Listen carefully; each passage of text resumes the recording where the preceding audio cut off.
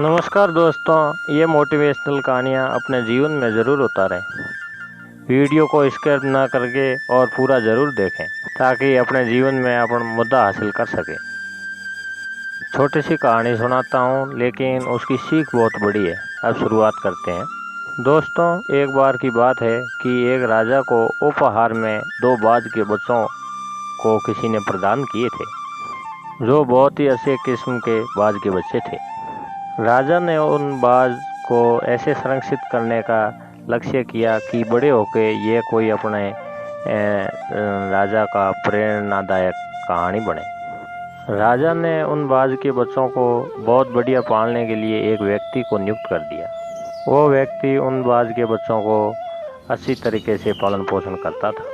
जब भी राजा का मन होता तभी उन बाज के बच्चों को देखने जाता था। तो एक बार की बात है कि बाज के बच्चे अब बड़े हो गए होंगे, अभी राज दरबार में लाया जाए उन्हें। जैसे ही राजा बाज के बच्चों को देखने के लिए बाज के बच्चों के पास पहुंचा, उस व्यक्ति को राजा ने आदेश दिया कि बाज के बच्चों को यहाँ लाया जाए। जैसे ही बाज के बच्चों को वहाँ लेके आए तो वो बड़े हो गए थे और बड़ा आकर्षक और सुंदर दिख रहे थे। राजा बहुत खुश हुआ उन दोनों बच्चों को देखकर। राजा ने उस व्यक्ति को आदेश दिया कि अब इन बाजों को उड़ाओ और ये आसमान की ऊंचाइयों को छुए। तब उस व्यक्ति ने बाजों को संकेत किया और वो आसमान की तरफ उड़ पड़े। तो उन दोनों बच्चों में से एक बच्चा तो बहुत आसमान की ऊंचाइयों पे उड़ रहा था और एक बच्चा काफ़ी ऊंचाई तक गया और वापस आके जिस डाल से उड़ा था वहीं आके बैठ गया। ये देखकर राजा को थोड़ा सा अजीब लगा कि एक बाज तो ऊंचाइयों में छू रहा है और एक वापस आके बैठ गया। तब राजा ने तुरंत उस व्यक्ति से पूछा कि ऐसा क्यों हो रहा है। तब उस व्यक्ति ने कहा, हुजूर, इस बाज के साथ में हमेशा ही ऐसा रहा है। जब से मैं इसको यहाँ लाया हूँ और जब से उड़ने के काबिल हुआ है, थोड़ी ऊंचाई तक ये उड़ता है और वापस आके इसी डाल पे बैठ जाता है। राजा इस बात से काफ़ी परेशान थे क्योंकि वो दोनों ही बाज अच्छी नस्ल के थे। और अगले ही दिन राजा ने बड़े दरबार में ऐलान कर दिया कि जो भी इस बाज को ऊंचाइयों तक उड़ाएगा उतने ढेरों सारे उसको इनाम दिया जाएगा। जैसे ही ऐलान हुआ तो विद्वान लोग राजा के दरबार में आए और हफ्ते 2 हफ्ते महीना भर अनेक कोशिश की उस बाज को ऊंचाई तक उड़ाने में, लेकिन किसी को भी सफलता नहीं मिली।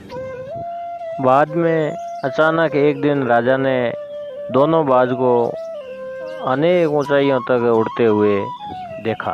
तो राजा उनको देख के खुश भी हुआ और हैरान भी हुआ इस बात से कि आखिर वो कौन सा व्यक्ति है, कौन सा शख्स है जो इस बाज को इतनी ऊंची उड़ान तक उड़ाने में कामयाब हुआ।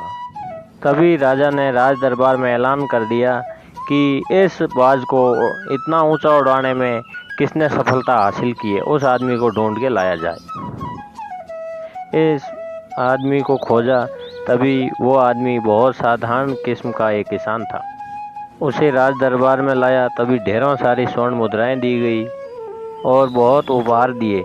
उपहार देने के बाद में राजा ने एक छोटा से उससे प्रश्न किया कि आखिर इस बाज को अधिक ऊंचाई में कैसे उड़ाने में कामयाब हुए आप।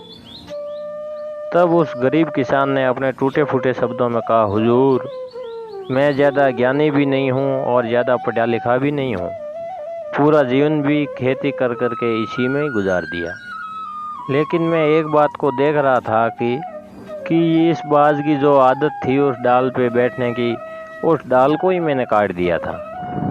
जब डाल ही काट दी तो उसके बैठने का कोई ठिकाना ही नहीं रहा। तब अपने मित्र के साथ ये अपनी ऊंची उड़ानें भरने लगा। दोस्तों, ये छोटी सी कहानी हमें अपनी ज़िंदगी में बहुत बड़ी सीख सिखाती है कि हमारे को थोड़ा भी ऐश और आराम मिल जाता है तो हम किसी लक्ष्य को पाने की कोशिश तो करते हैं, लेकिन नहीं उस लक्ष्य को पा सकते हैं। आखिर गलतियां कहाँ हो जाती है हमसे। जबकि कोई प्रभावित व्यक्ति होता है जिसके पास कुछ नहीं है, वो अपने लक्ष्य को कैसे पा जाता है। दोस्तों, यदि आपको भी लक्ष्य पाना है, आपको भी ऊंची उड़ान भरना है, आपको भी कामयाब होना है, तो आपको भी उस डाल को काटना बहुत ज़रूरी है। आपको भी उस ऐश और छोटे से ऐश आराम को छोड़ना पड़ेगा, तभी आप लक्ष्य को हासिल कर सकते हो। दोस्तों, हमेशा जीवन में आगे बढ़ने के लिए अपने ऐश आराम को छोड़िए। सबसे पहले आप मेहनत करिए। मेहनत करने से आपके लक्ष्य अपने आप करीब चलते आएंगे। दोस्तों, ये कहानी आपको पसंद आई हो तो सब्सक्राइब, शेयर और लाइक ज़रूर करें और कमेंट में ज़रूर लिखें। नमस्कार।